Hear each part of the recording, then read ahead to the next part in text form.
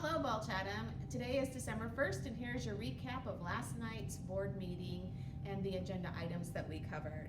At last night's meeting, Caitlin Moody, our athletic director, gave an update on our Title IX case with the Office of Civil Rights.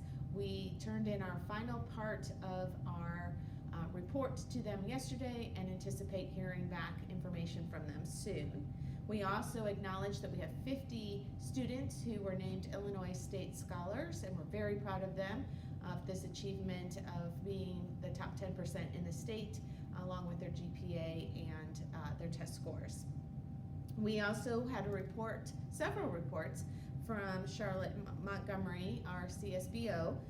She presented on how the levy is calculated. 63% of our funding comes from tax dollars, and so she gave an explanation of how that formula is calculated, and you can see those in the agenda items if you would like to look at that calculation.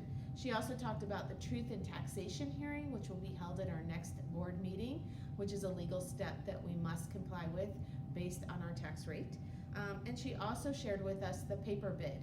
And so one might say, what is the paper bid? Well, it's actually the bid of who we buy our paper from. And so we named the company that we would be buying our paper for the next year through that process.